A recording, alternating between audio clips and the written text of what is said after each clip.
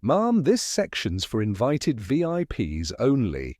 The words sliced through the air, sharp and final. Two suited security guards loomed before her, arms crossed, their stern faces a wall of authority. They didn't shout, but their tone carried, turning heads in the crowd, whispers rippling as eyes raked over her simple, military-style khaki jacket, its faded shoulder patches and scuffed regulation boots standing out in a sea of silk dresses at this fancy high school graduation. June. Maddox didn't blink, didn't argue, didn't falter.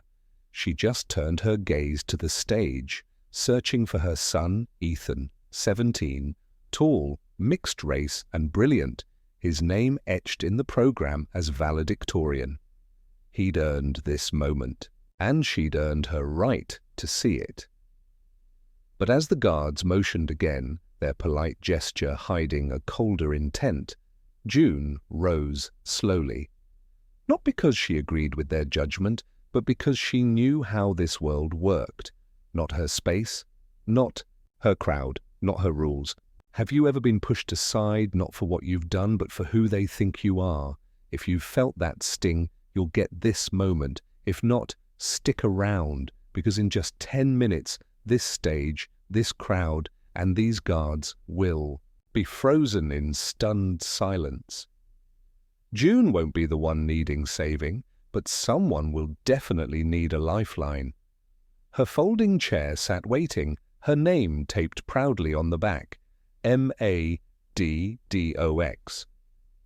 Which city of the United States are you watching from?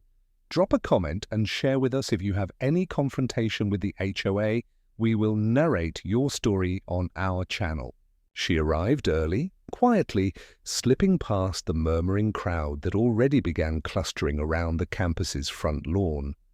The chairs were arranged in perfect rows beneath a white canopy, the type rented for dignified events and donor galas. June took her seat in the fourth row, marked just behind the main row where school board members and sponsors sat. She nodded politely to the usher, folded her hands over her lap, and breathed in slowly. She wore a faded khaki jacket, standard issue, years old, with one barely visible name patch reading Maddox above the left pocket. Her boots were shined, but worn at the soles. Her hair was pinned back tightly, exposing the sharp lines of her face that spoke not of privilege, but persistence. It didn't take long. Less than 10 minutes after she had settled in, Mrs. Bellamy arrived, draped in a coral designer wrap, oversized sunglasses perched atop her perfect blonde waves. She walked, as though the ground had been prepared just for her heels. Her husband followed 2 paces behind, carrying her seat cushion and monogrammed fan. She caught sight of June and sniffed. Once, as though someone had forgotten to remove an unpleasant centerpiece, leaning toward another mother in a flowing, floral maxi dress, she whispered just loudly enough for 3 rows to hear. I thought we were keeping the photo section clear of clutter. The chain reaction was subtle but swift. Principal Kent, positioned near the podium, received a note from a staff member. It was short, scribbled in haste. He frowned slightly, scanned. The rows then nodded. Security was dispatched within 5 minutes. They did not rush. They did not cause a scene. That was the skill of men trained in optics. Quiet intervention masked as courtesy. "Ma'am," the first guard said with a practiced, neutral tone, "would you mind stepping aside? We may need to make space for some last-minute arrangements." June looked up calmly. "This is my seat," she said, her voice soft but firm. "My son is the valedictorian." "Yes, ma'am." The second guard nodded. "It's just a temporary adjustment. We'll be sure you still have a great view." June's fingers tightened slightly on the folded program in her lap. She rose without protest because she knew the game. This town had taught her the rules long ago. She didn't raise her voice or demand validation. She simply gathered her things and followed them, heels clicking against the walkway. They didn't lead her far, just one row back. But then a mother from the fundraising committee needed a place near the front, and then another parent. And so, inch by inch, June was moved further from the stage until she was seated in the 10th row, just beneath a sagging banner that read, "Congratulations, Class of 2024. No one sat beside her. No one offered small talk. The air carried the scent of fresh mulch and expensive perfume, neither of which belonged to her. Around her, people chatted about summer homes and alumni donations, but June's eyes were fixed forward, locked on the stage. She did not blink as names were called and students began lining up in alphabetical order. She only adjusted her collar slightly when the wind picked up, revealing more of her name patch. From her seat, June could see Ethan standing near the edge of the platform, straight-backed, composed, his dark curls brushed back, his face bearing the calm expression she had taught him. Never show them they've hurt you. His robe was pressed, his shoes clean. He belonged up there. He had earned it through late-night studies at the diner counter, through early morning rides in a borrowed pickup, through rejection letters she taught him to laugh at. He didn't know she'd been moved, not yet, and June wanted to keep it that way, let him think she was exactly where she was supposed to be. Mrs. Bellamy had taken her seat now, June's original spot. She fluffed her wrap and opened a compact mirror. The usher brought her a bottle of chilled water. A photographer took a candid shot. June caught the flash from where she sat and turned away. She wasn't angry, she wasn't surprised. She was tired but steady. Far behind the seats in the canopies, beyond the VIP tables and the donation booths, 6 men stood near the school's perimeter. They didn't move, they didn't speak, but they saw everything. One leaned in slightly, murmured to another, who gave a small nod. They were dressed in plain dress shirts, dark slacks, and shinied shoes. Their posture, however, betrayed their training. Rigid spines, broad shoulders, eyes that flicked across exits and obstacles like second nature. They stood not for the school, but for a promise, a debt owed. They had not told June they would come. They hadn't needed to, but each had received the same message months before. Ethan Maddox, June's boy, graduation. As the principal stepped to the microphone and the crowd shifted to attention, June settled back into her seat. She did not fidget. She did not glance behind her. She sat still, quiet, invisible, but immovable, because while they had taken her chair, they could not take her place. She was here, and that would be enough. His name had been Marco. He worked with machines, grease under his nails, a wrench in one hand, and a beat-up thermos of strong black coffee in the other. His laugh was too loud for quiet rooms, and he danced in kitchens without music. Marco was born just a few blocks from where June had grown up. But that didn't matter in this town. He was a second-generation Latino, son of a welder and a waitress.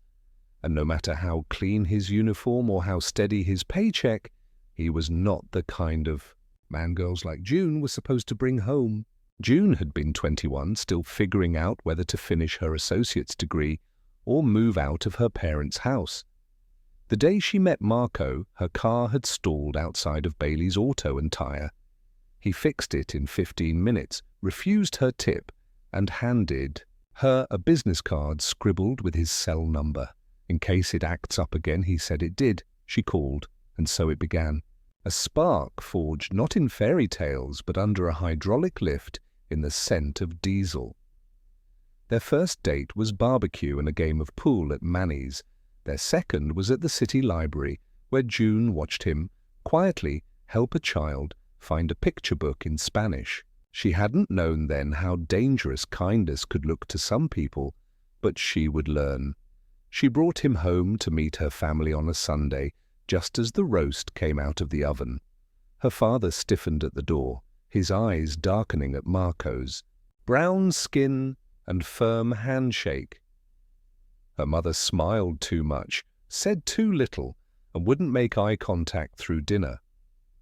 By dessert, the silence was louder than words. They didn't say it out loud, not that day, not the next, but it hung between them the same way the stairs did when they walked down Main Street holding hands.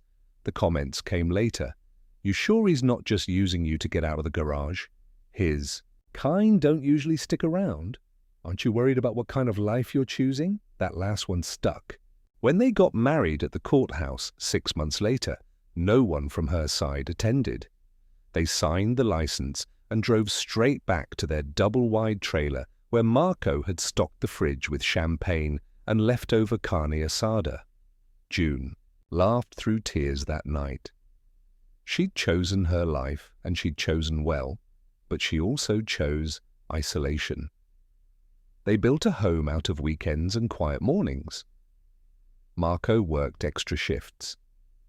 June cleaned houses during the day and studied for her GED at night. When Ethan was born, they had $37 in their savings account and a freezer full of frozen waffles, but their son was healthy with a full head of black hair and his father's wide, wondering eyes.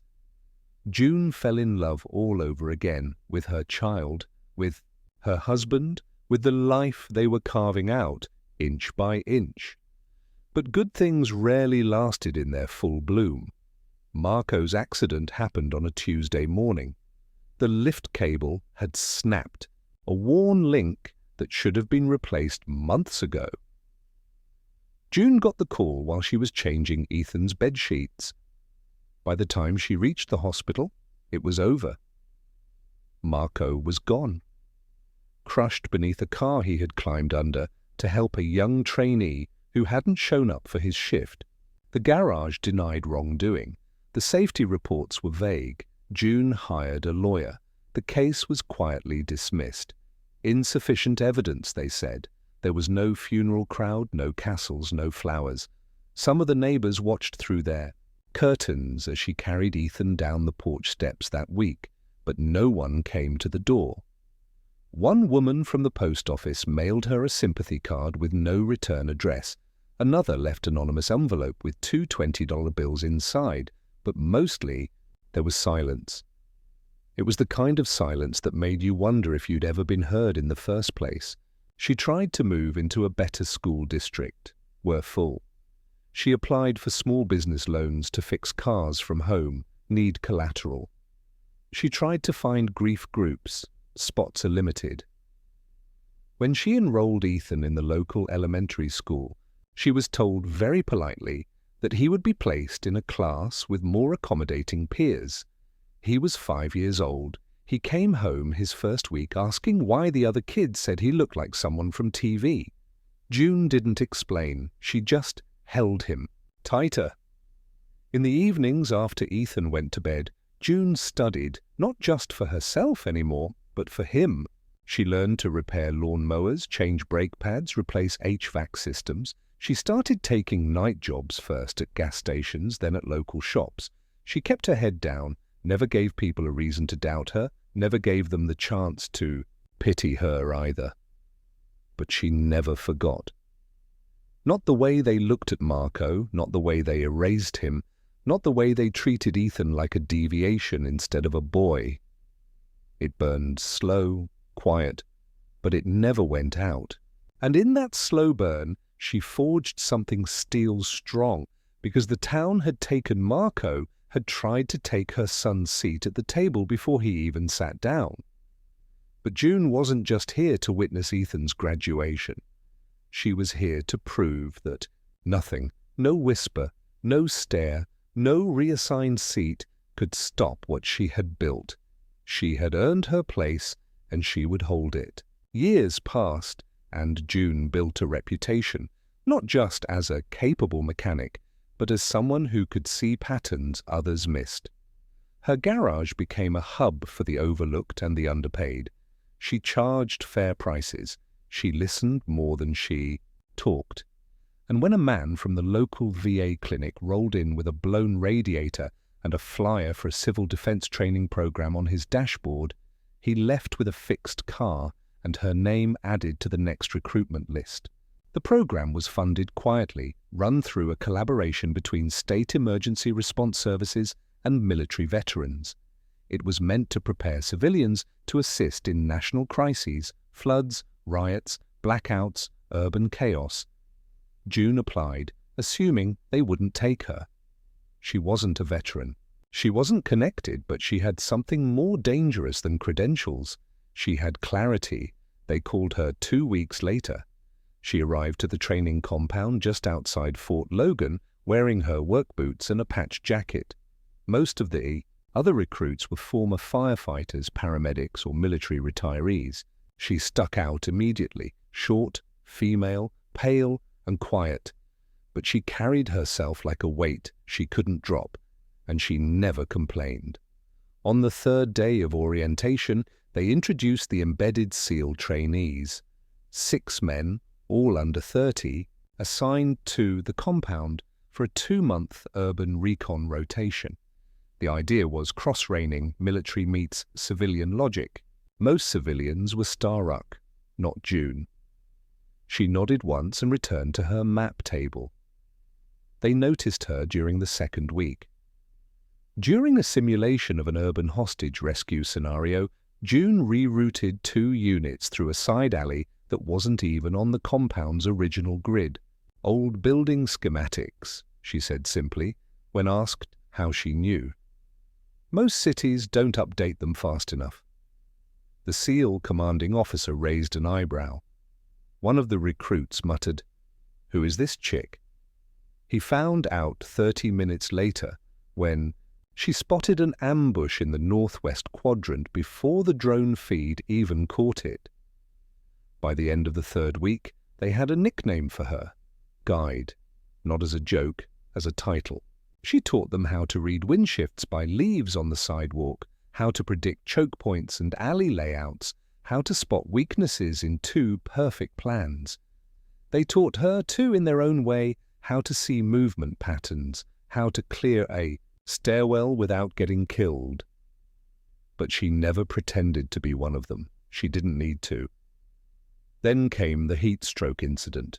The drill was simple. Simulate a rolling blackout in a mock city grid, navigate checkpoints, extract civilians. One of the younger SEALs, Deacon, collapsed just behind a loading dock. No one saw him fall except June. She ran back alone, dragged him across the asphalt, tore off his vest, and began pouring water from her own canteen across his face and neck while shouting for medical. The instructors clocked her time. She had reached him 23 seconds before the nearest assigned medic. After that, the way they stood around her changed. No more side comments, no more half glances. They took notes when she spoke. One of them, Oldest wiry sniper named Hartley, started showing her old satellite recon maps during lunch. "What would you do here?" he asked, over and over. She told him, every time he nodded, every time he learned something. The last day of the program came too, fast. No ceremony, no plaques, just a handshake and a certificate in a brown envelope. But that night, as she packed her truck, the 6 men approached her silently. Each handed her a patch, dark green canvas marked with a number, 6. Below it, one word embroidered in dull thread, Guide. They didn't say goodbye, they just nodded and walked away. The next week, they were deployed. June never talked about it. Not to Ethan, not to anyone. It wasn't a story to brag about. It was a moment that had happened and passed, but she kept that patch folded inside her glove box for years. It reminded her that even if the world only ever saw a small woman in dusty boots, somewhere out there were 6 men who remembered the difference she made. And on the morning of Ethan's graduation, when she pulled that jacket off its hanger, she paused for a moment, opened the glove box, took the patch, and sewed it quietly, carefully, onto the inside lining, just over her heart. June had made it through the gates. She had her pass, and she had arrived early, wearing her old uniform jacket, the same one that had seen more dust and disaster zones than the polished boots lining this stage. She found her seat in the 4th row, her name neatly printed on a placard. June Maddox, parent of valedictorian. She sat with both feet planted squarely, her hands folded over the program in her lap, and her back straight despite the heat beginning, to settle into the open-air venue. Her eyes scanned the stage once, memorizing the path her son would walk, and then settled in. The first 30 minutes passed quietly. The parents began filling in. There were murmurs of excitement, the occasional laugh, a few harried staff members darting between sections with clipboards. Then came the entourage, Mrs. Bellamy, and her court of perfectly coiffed socialites. She walked like she was stepping onto a runway, her coral silk shawl fluttering dramatically, designer heels clicking across the pavement. Her teenage daughter trailed behind her, pouted in place, irritated with the brightness or the attention, likely both. When Bellamy reached the front rows, her eyes immediately caught June's khaki silhouette among the pastels and pearls. She paused, adjusted her sunglasses, and tilted her head. Then she leaned in to whisper something to the woman next to her, who responded with a polite gasp and an arched eyebrow. June noticed. Of course, she noticed. She had learned long ago how to read conversations without hearing the words. And this one was clear. What is she doing here? It was always that question. Not who is she, not what has she done, but why is she not in her place? A few moments later, a neatly dressed usher appeared at her elbow. "Ma'am, I'm terribly sorry, but we've had a last-minute change in seating arrangements. We're asking a few parents to relocate to the overflow section just for capacity reasons." He smiled apologetically, eyes flicking to Bellamy behind her. "We'll make sure you have a good view." June stared at him for a moment. Her hands didn't move. Her jaw stayed relaxed. "This seat has my name on it," she said simply. "I understand," the usher said, his voice still courteous but firmer. "We've been advised by administration." There it was, the unspoken hand of the principal, the hierarchy of appearance cloaked in logistics. June stood. She didn't argue, didn't raise her voice.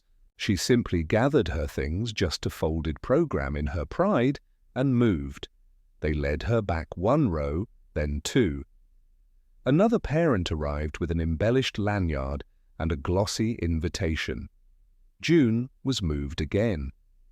It kept happening quietly, efficiently, until she found herself in the 10th row, just under the canopy's edge, with sunlight bleeding onto her knees and the breeze stirring loose dirt along the floor.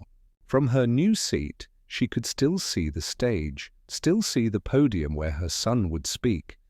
But the gap between them had grown, not in feet, but in principle. Behind her, conversations flowed, vacation plans, college gossip. A woman with a sharp laugh discussed her upcoming real estate deal. No one acknowledged June. No one offered a smile or a word of solidarity. She may as well have been a statue. But June didn't fidget. She didn't look back. She simply stared ahead, watching as the faculty filtered in and began organizing the rows of graduates behind the stage. Her eyes found Ethan quickly. He looked steady, serious, his robe ironed, tassel fixed neatly. He scanned the crowd briefly, and she held her breath, willing him not to notice she'd been moved. If he saw it, if he saw her pushed to the back, it would hurt, and she didn't want him to carry that today. Meanwhile, no one noticed the 6 men who had been standing at the edge of the field since the crowd first gathered. They blended in, not just because of the way they dressed, but because of the way they held themselves purposefully, quietly, like men who knew how to wait. They didn't carry signs, didn't wear uniforms, but something about the way they moved, their alert posture, the way they scanned the perimeter, marked them as different. They had shown up without announcement, without fanfare. No one had invited them. No one needed to. They were already watching when June was escorted back. They saw each shift in her position, each polite smile that pushed her further into obscurity.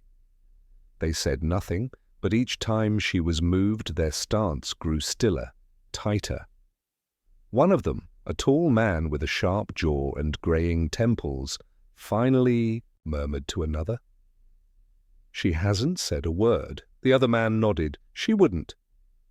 Back in her seat, June let out a quiet breath. Her hands rested on her lap, one thumb gently stroking the edge of the embroidered patch sewn just beneath her jacket's inside lining. She didn't need to touch it to remember it was there. But she did anyway. She hadn't seen the 6 men in years, hadn't spoken to them since the training compound, but that had never mattered. Bonds forged in heat didn't require reminders, they required readiness, and somewhere deep in her bones, she knew they were already here. The ceremony had begun to unfold like every other, predictable, polished, and carefully timed to reflect the values of a town still clinging to its own sense of order.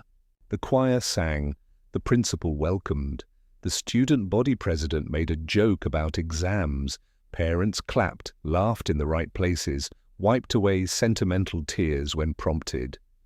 June sat unmoving in her seat, hands folded, her gaze fixed, on the stage where the lineup of graduates awaited their cue.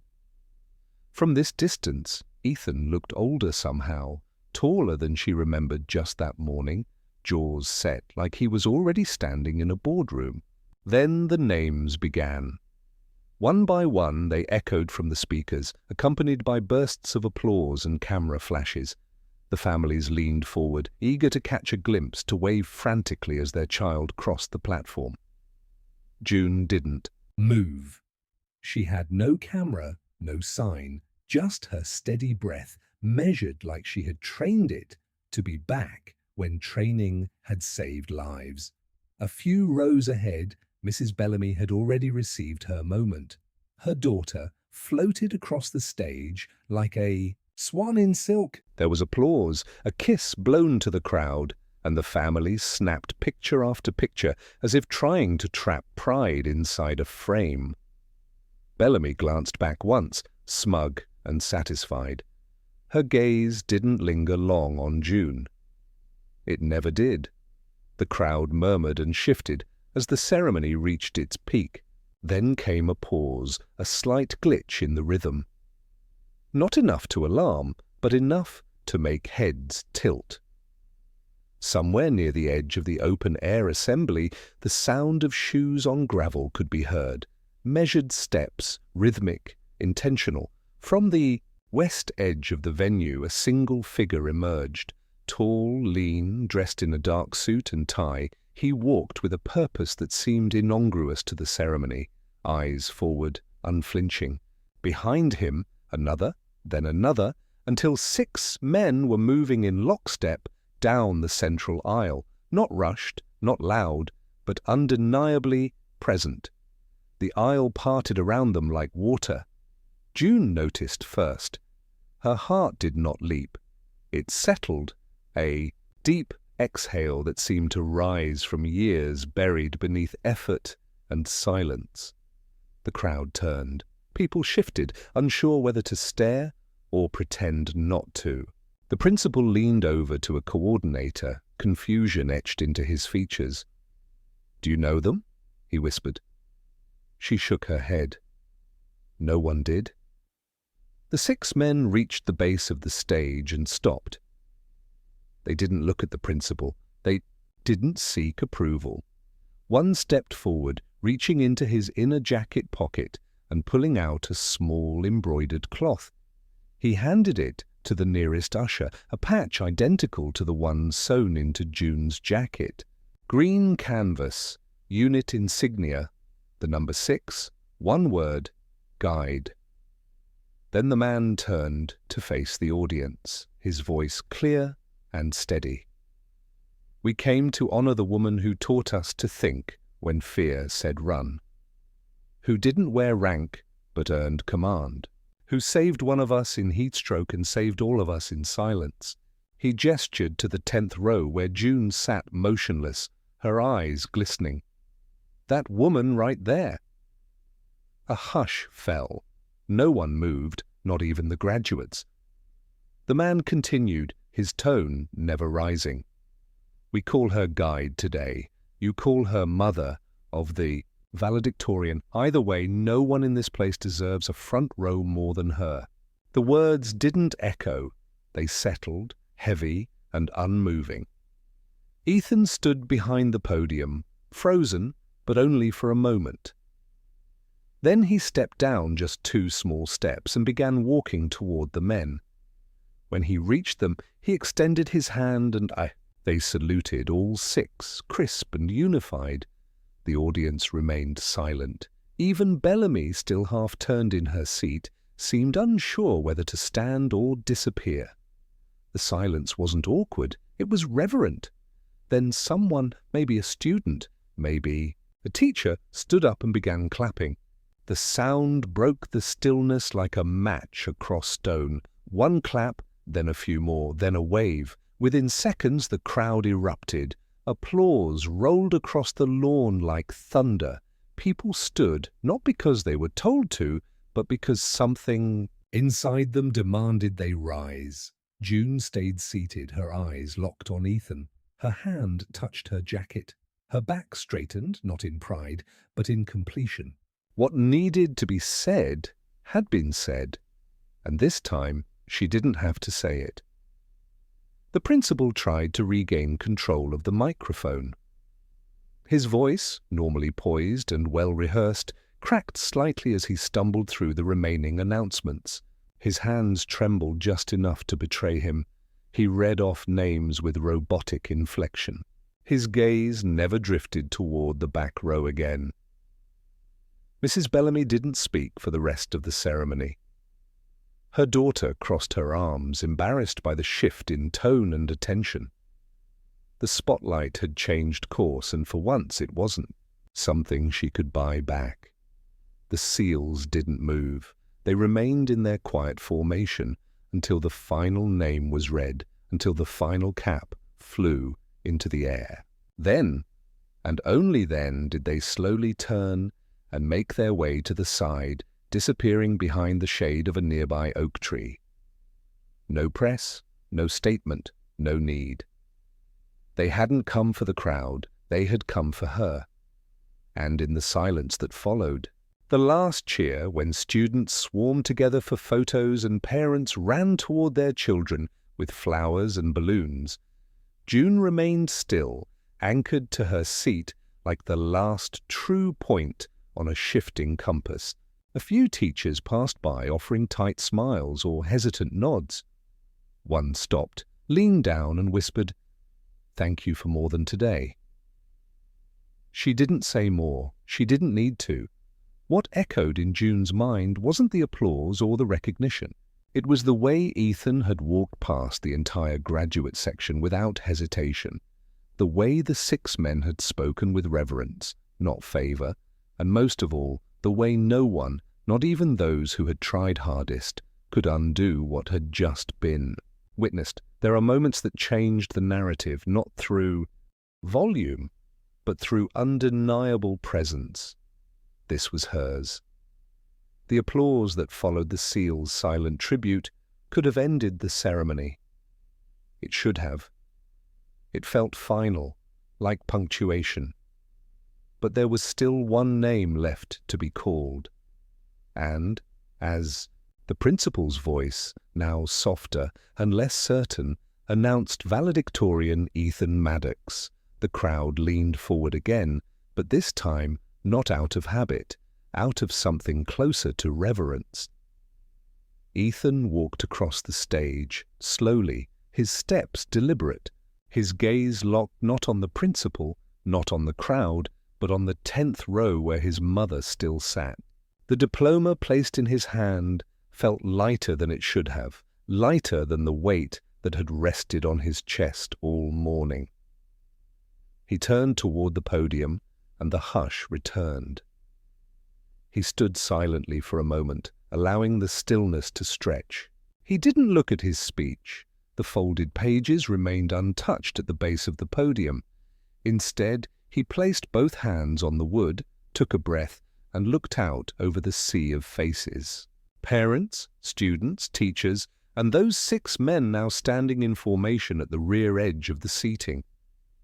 "I had prepared a speech," Ethan began, voice calm but clear. "A pretty good one. It had jokes, quotes, a story about my math teacher's cat." A faint chuckle passed through the crowd, uncertain but genuine. "But I won't be reading it today." He paused and all eyes held on him, because what I was going to say doesn't matter as much as what needs to be said right now. He nodded, slightly toward the back rows with my mother. "My mother has been pushed aside, ignored, and overlooked by this town for as long as I've been alive. Some of you may not even know her name, but you should, because everything I've achieved, every late-night study session, every paper, every competition, I did it with her hand steadying mine from behind the curtain. And today she wasn't even allowed to keep her seat." A few heads dropped, some shifted uncomfortably.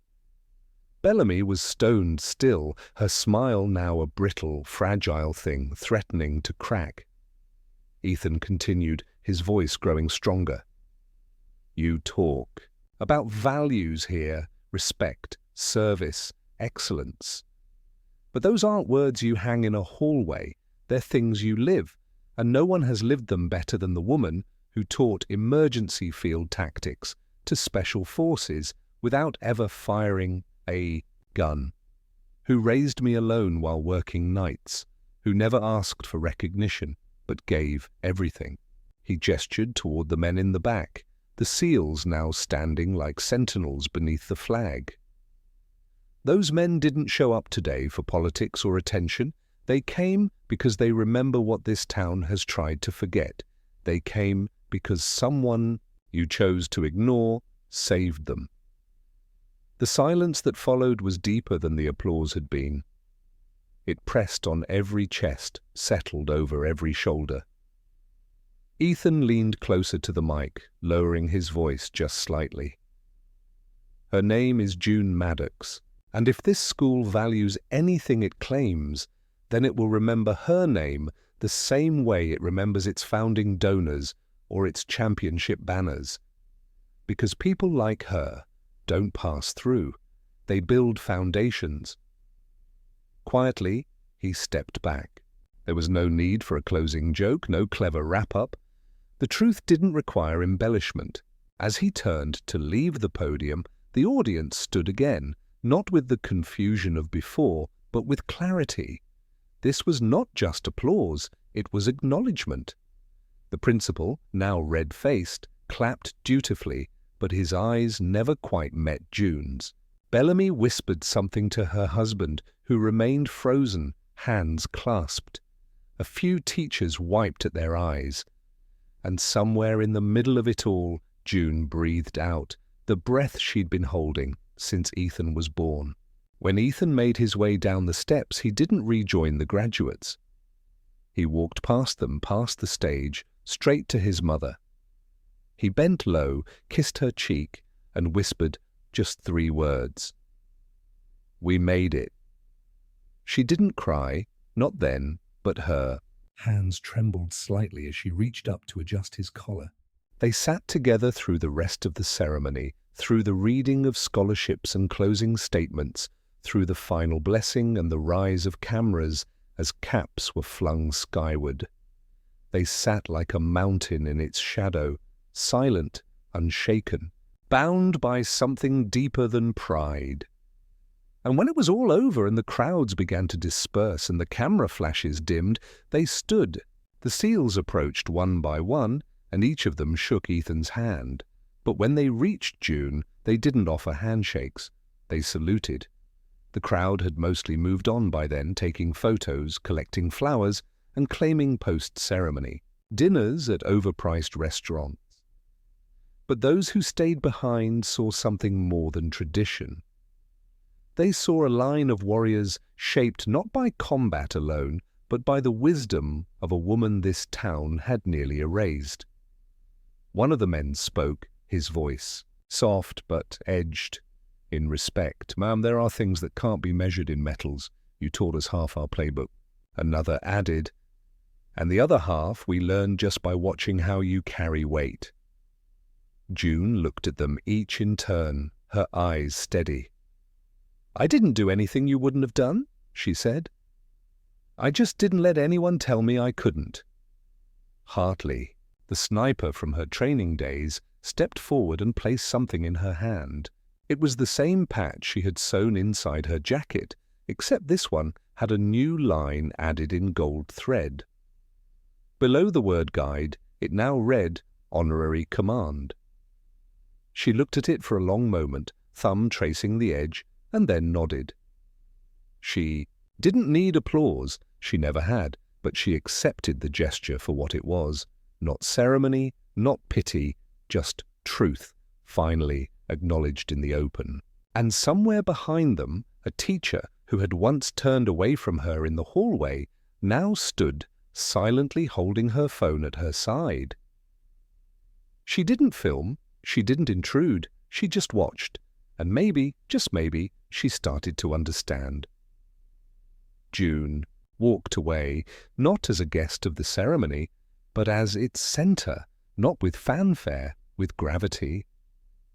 The sun had begun its descent by the time June and Ethan reached the edge of the crowd. Most families were already heading to cars, waving for taxis, or bustling toward group photos near the front of the school. The buzz of celebration hovered in the air. But around June there was a pocket of quiet like the eye of a storm. A few strangers lingered nearby, not to gawk, not to intrude, but as if unsure whether they had just witnessed something sacred. One elderly man, an army vet, judging by the pins on his cap, approached with tears in his eyes and simply said, "Ma'am, you've done this country proud." He didn't stay long enough for her to respond. Ethan stood beside her, unsure what to say. The weight of the moment hadn't fully landed yet, but something had shifted. The applause had ended. The ceremony was over, but something larger had cracked open and didn't want to close. They walked together toward the parking lot in silence, and for the first time in years, June let herself relax her shoulders. "Do you think they'll remember today?" Ethan asked as they reached her truck. June opened the passenger door for him, glanced back toward the field, and said, "They'll try not to, but it's too late." It happened. They didn't go to a celebratory dinner. No reservations had been made. Instead, they picked up burgers from the only diner still open late, drove home with the windows cracked just enough to let the night breeze in, and ate in the driveway under the faint hum of porch light. Ethan laid his diploma across the dashboard like it was too delicate to fold away. June didn't say much. She didn't need to. Her silence was full. Later that week, a photo from the graduation surfaced in the local paper. It showed Ethan at the podium with June seated clearly in the background, flanked by the seals. The caption didn't name her, but the article did, and for the first time in print, someone called her the woman in the jacket. Within days, teachers and students began sharing the speech. Ethan's words spread quietly, first through inboxes, then newsletters, then folded printouts pinned to classroom boards. A teacher laminated one and left it in the library beneath a portrait of the school founders. It wasn't authorized, but no one took it down. Principal Kent announced his early retirement by the end of summer. He cited personal goals. Bellamy, too, disappeared from the parent leadership board. her absence unmentioned but felt. The vacuum they left behind wasn't filled with resentment. It was filled with re-evaluation, small changes, subtle shifts. At the first PTA meeting of the fall, someone suggested adding a new award, the Maddox Recognition for Unseen Service. It passed unanimously. June never attended those meetings. She didn't need to. She had already done her part. Back at the house, she returned to her routines, fixing cars, tuning engines, helping neighbors without advertising. A boy, who lived down the block, barely old enough to drive, brought his junked sedan to her twice a week. She showed him how to rebuild a transmission using only salvaged parts. "You're teaching me how to survive," he said. One afternoon, June smiled, handed him a wrench and said, "No, I'm teaching you how to not ask permission." The patch with the golden thread, honorary command, stayed in her top drawer. She never wore it, not because it didn't matter, but because it didn't need to be seen to be real, like her impact, like her presence, like the quiet legacy she had left behind, stitched into people's minds whether they liked it or not. Ethan started a blog, just small reflections at first, about school, service, small-town myths, and what it means to grow up watching someone invisible shape entire lives. The blog picked up traction. Readers from other states began leaving comments. One woman wrote, "My mother raised me the same way. This story reminded me she wasn't weak, just quiet." Another said, "I was that kid in the back row. Thank you for showing what it means to rise with grace." When the school board asked Ethan to speak again at the next year's graduation, he declined. He told them to let another student have the spotlight. "My mum's part is done," he said. "It's time for someone else to speak up." And yet the seat remained. In the front row of every ceremony afterward, a single chair was left open. No plaque, no dedication, just a chair, padded, plain, facing the stage. Some years no one mentioned it. Some years a student asked. When they did, a teacher would smile and say, "It's for someone who never needed an invitation to belong." At the end of that first summer, June and Ethan stood outside their small garage while the sun dipped behind the tree-line. The world had returned to its rhythm, but they hadn't. They'd been changed, not by applause, but by the truth being seen, even just once. Ethan turned to her and asked, "Do you think people really change?" June didn't answer right away. She rubbed the oil from her fingers with an old towel, looked out toward the quiet road, and said, "Some don't, but the ones who matter, yeah, they do." And as the crickets began to sing and the porch light buzzed back to life and the wind stirred, the jacket hanging by the door, the world around her whispered something she had never expected to hear. "Buckle up. The next one's even twistier."